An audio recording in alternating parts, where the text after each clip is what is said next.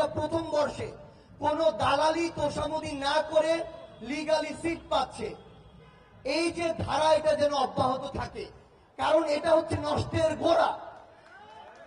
এখান থেকে আবারও দালালি তোষামোদি শুরু হবে।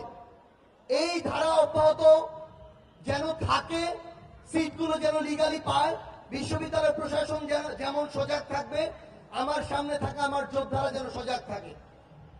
আরেকটি অনুরোধ করব সবশেষে, সেটি হচ্ছে স্বরাষ্ট্র মন্ত্রণালয় এবং অন্তর্বর্তীকালীন সরকার অপারেশন ডেভিল হান্ট চালু করেছে। ডেভিল শুধুমাত্র ছাত্রলীগ, যুবলীগ, আওয়ামী লীগের ব্যানারে ছিল না, এখনো নেই। ওই কার্যক্রম যদি বর্তমানে রাজনীতি করছে এমন কোন রাজনৈতিক দলের কোন কর্মী করে, তাকেও ডেভিল হিসেবে গণ্য করে গ্রেফতার করতে হবে। সেই কার্যক্রম যদি সমন্বয়কের নাম ব্যবহার করে কেউ করে, তাকেও গ্রেফতার করতে হবে।